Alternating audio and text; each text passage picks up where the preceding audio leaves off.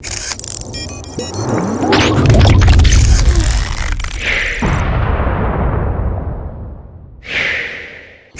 guys, welcome to this video.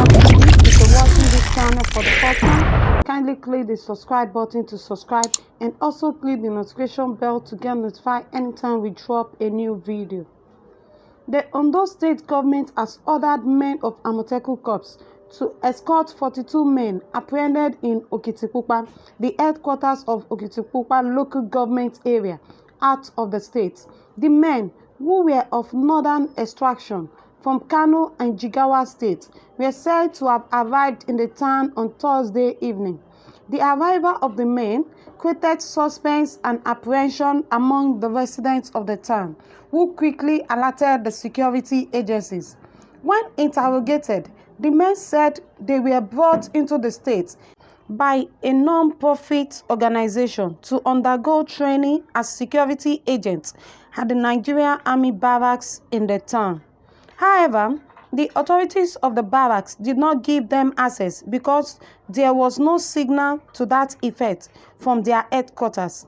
Addressing journalists on the development, Ondo State Commissioner for Information, Donald Ojogo, disclosed that if not for the timely interventions of officials of government, particularly Amotekun Commander and the senior special assistant to the governor on security matters, the situation would have degenerated to the extent of lynching and jungle justice. According to him, the 42 men have been escorted by Amotekun Corps to the boundary with a neighboring state, from where they will find their way back to their destinations. Ojogo advised the people of the state, especially government officials, to be careful of their utterances in a security-related situation like this. I have the instructions and the directive of Mr. Governor to use this medium, inform everybody, particularly government officials, that any security situation we find ourselves, the first point of contact must be security agencies, he said. The public relations officer of the Akure-based 32 Artillery Brigade of the Nigerian Army, Captain Ayomide Omojokun, disclosed that the men were not allowed into the premises of the barracks as they were handed over to the police. He added that the army did not have any signal to conduct any form of training in OKITIPUPA barracks. Also speaking, the public relations officer, Ondo State Police Command, DSP Leo Ikovo, revealed that following the tip-off by residents, the men were rounded up by the police and handed over to the Amotekun Corps. Ojoojúmọ́ làwọn Fúlàní ń kó èèyàn wọn wá sí ilẹ̀ Yorùbá. Ojoojúmọ́ ni wọ́n ń pollute ilẹ̀ Yorùbá. Ojoojúmọ́ ni wọ́n ń populate ilẹ̀ Yorùbá. Ojoojúmọ́ ni wọ́n ń káwọn èèyàn wọn wá bìbà every blessed day. Bẹ́ẹ̀ bá rí tírélà kan tó kó tìmọ́ọ̀tì wá, àwọn Fúlàní rẹpẹtẹ ó bá wá. Èyí tó ń kó ṣùbọ̀, Fúlàní rẹpẹtẹ ó bá wá. Èyí tí ń kálùbọ́sà bọ̀, Fúlàní rẹpẹtẹ ó bá wá. Wọ́n máa fi odidi mọ́tò lóòdù ọ̀kadà àtàwọn Fúlàní wọn tí níbi tí wọ́n lọ gbé o. Ẹ̀wá lẹ́ni tí ń gọ̀kadà lẹ́kọ̀ọ́ ẹ sí sí tiẹ̀ ẹ bá bá ń bẹ̀ ẹ ṣe ní bá. Wọ́n ń dúró de ọ̀dà ni sódì ìgbà tí wọ́n bá bẹ̀rẹ̀ sí ní síráìkì ká tó máa sáré káàkiri ibo la máa sáwọ̀. Fúlàní ti dé sí Òkìtìpupa. Gẹ́gẹ́ bí bàbá wa ọ̀hún ṣe sọ, èmi ò ní dárúkọ wọn, lóòótọ́ ni wọ́n dárúkọ wọn, èmi ò ní ìdí láti ṣẹ̀ṣẹ̀ dárúkọ wọn. Wọ́n ní lọ́jọ́ tí wọ́n dé nǹkan bíi aago 3 ọ̀sán òun náà ni wọ́n dé. Wọ́n dé pẹ̀lú ẹrù kálukú wọn. Bọ́ọ̀sì tó kó wọn wá ó jẹ́ 31, àwọn láǹfààní àti kà dáadáa. Báwọn dẹ̀ ṣe wo bọ́ọ̀sì kọ̀ọ̀kan yóò kó tó èrò 20 to 25 people. Ìdí ni pé àwọn 5 láǹfààní àti jókòó lórí síìtì kan. Síìtì 4 á jẹ́ 20. Tá a bá tún ráwọn tó tún gbéra wọn lẹ́sẹ̀ ńkọ́. Ìgbà tí wọ́n dé Òkìtìpupa, Army Barrack ni wọ́n gbà lọ.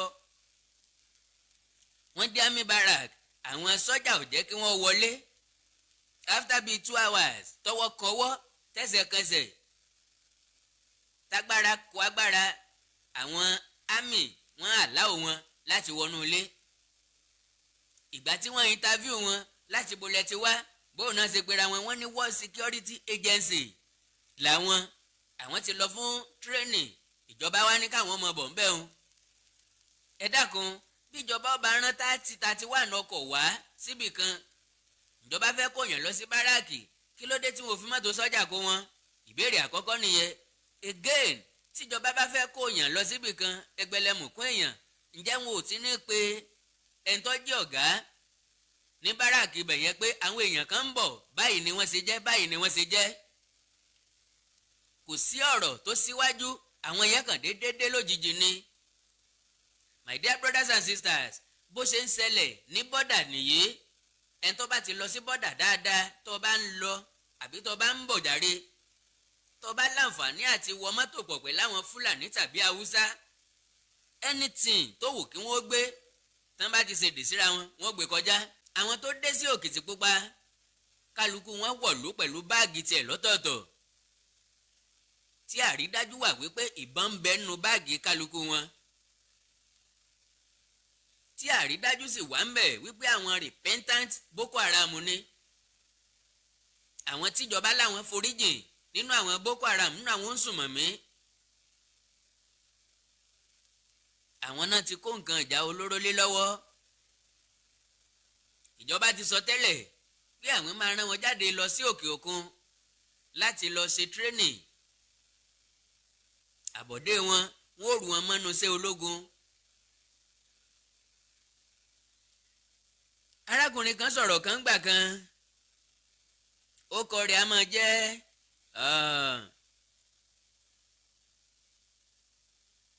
ó ní sọ́jà ni. ǹjẹ́ ẹ jẹ́ mọ̀ wípé sọ́jà ẹgbẹ́ ẹ̀ náà ló yìnbọn mọ́ nínú gbogbo Boko Haram. àwọn Yorùbá ni wọ́n tì síwájú láti lọ fèsì Boko Haram.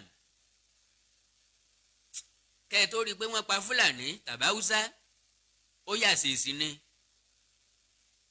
lára àwọn sọ́jà tó jẹ́ Fúlàní ló yìnbọn mọ́ ọmọ Yorùbá yìí. wọ́n rò pé ó ti kó wọn fi fílẹ̀, lórí fi kó yọ, ló fi jáde kúrò nínú iṣẹ́ ológun. ó ní lára àwọn tí wọ́n yìnbọn tọ́jọ́ yìnbọn máwọn, méjì nínú àwọn kú. bákan náà ni mo tún gbọ́ lẹ́nu jọ́ mẹ́ta yìí, àhesọ ọ̀rọ̀ ni àbí bẹ́ẹ̀ ló ṣe rí gangan, tí gbogbo ìṣẹ̀lẹ̀ tó ń ṣẹlẹ̀ yìí làwọn ọ̀gá sọ́jà mọ̀ nípa ẹ̀.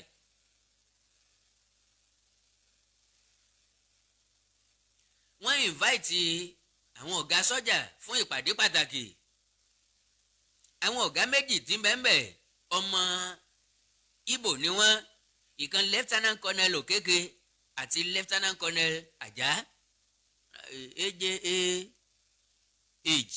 Ajah,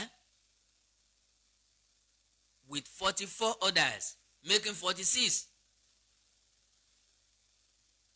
ni wọ́n ti wà nínú họ́ọ̀lù fún ìpàdé pàtàkì. nígbà táwọn èèyàn wọlé, aṣọ ọ̀gá sọ́jà wọn wọ̀, mẹ́wàá Boko Haram ni wọ́n. àwọn yẹn wọlé, àwọn kí wọn dáadáa, wọ́n ti ń dìde fún wọn láti kí wọn pé ọ̀gá àwọn ló wọlé.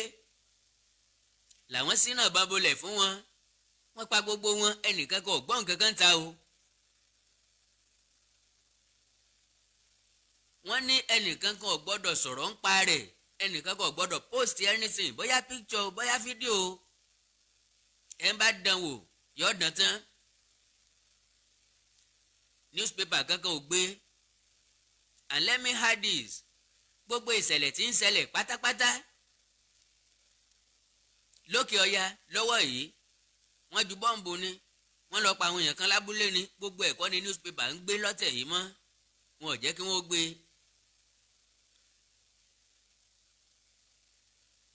sọ sẹ́mi àti ẹ̀ mọye ẹ̀mí tán ti dálé gbòdò nínú àwọn ọmọ Yorùbá lónìí.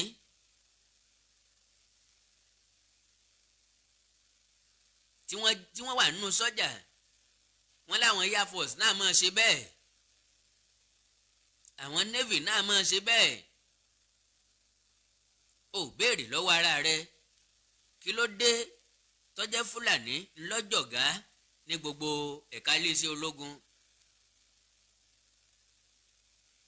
ìgbà tẹ́ ẹ bá láàrẹ táàrẹ yín sọ pé òun ò trọ́ọ̀sì ẹ̀yà míì yàtọ̀ sẹ́yà tó nìkan dọ̀sí mi wípé ẹ̀yà rẹ̀ nìkan ní ń bẹ nínú ìlú. kọ̀yá kánìkan kọ́ ẹ̀sẹ̀ sàríìrì ṣàwáwí fún ọ kó o tó mọ̀ wípé ibẹ̀ ń kọ́ nílé rẹ onílé tiẹ̀, that is Yorùbá nation. ṣùgbọ́n àtẹnujẹ ò ní jẹ́ kó o lè béèrè fún. ǹjọ́rọ̀ Yorùbá nation ò ti máa die down díẹ̀díẹ̀. ṣé enthusiasm tá a fi gbé tẹ́lẹ̀tẹ́lẹ̀ ṣe náà la tó ń lò lọ. gbogbo àwọn agitators àbí gbogbo àwọn agitators tá a mẹ́nu lele níbẹ̀rẹ̀ ṣé bẹ́ẹ̀ lẹ́nu wá tún ṣe lè mọ́. ṣé bá ṣe pálọ̀bọlọ̀ ní ìbéèrè tí mo kọ́kọ́ béèrè ńgbà tí mo dénú. ṣé kìí ṣe jó tá a jò fún wọn bá gbà díẹ̀ tá a pàṣẹ kó lójú agbo. ọ̀rọ̀ tí ń trend lọ́wọ́ báyìí ọ̀rọ̀ bàbá Ìjẹ̀ṣà ni. kàkà káwọn èèyàn ó sì sọ̀rọ̀ díẹ̀ nípa rẹ̀ kán mẹ́nu kúò irọ́ ni. ó ní topic of the day every day ẹni tí sọ̀rọ̀ lórí ẹ̀ tẹ́lẹ̀tẹ́lẹ̀ yóò tún fẹ́ sọ míì. àríyànjiyàn èpè sísẹ́lé rẹ ni lórí nítorí ẹni ẹlẹ́ni. wọ́n protest o wọ́n ṣe kinní kan o kí wọ́n má fi ilẹ̀ o ẹ kúkú jẹ́ kán pa ẹ pé kán pa á. kànmí dàbí òkú ìyá àdèlé. olókùú lòun òṣòkú ẹni ọpẹ ńlá. ẹjọ́ ti wà lọ́wọ́ ìjọba then ẹ fi ìjọba lẹ̀ ẹ jẹ́ kí ìjọba ó ṣe tiẹ̀ ẹ jẹ́ agbájúmọ̀ tiwa. gbogbo àwọn artiste actress actors yìí tí wọ́n mọ̀rọ̀ bàbá Ìjẹ̀ṣà mọ́nu tí wọ́n ń jà nítorí ẹ̀ àìmọye ọjọ́ àìmọye oṣù àìmọye ọ̀sẹ̀ láti ń sọ̀rọ̀ nípa Yorùbá nation none of them came out.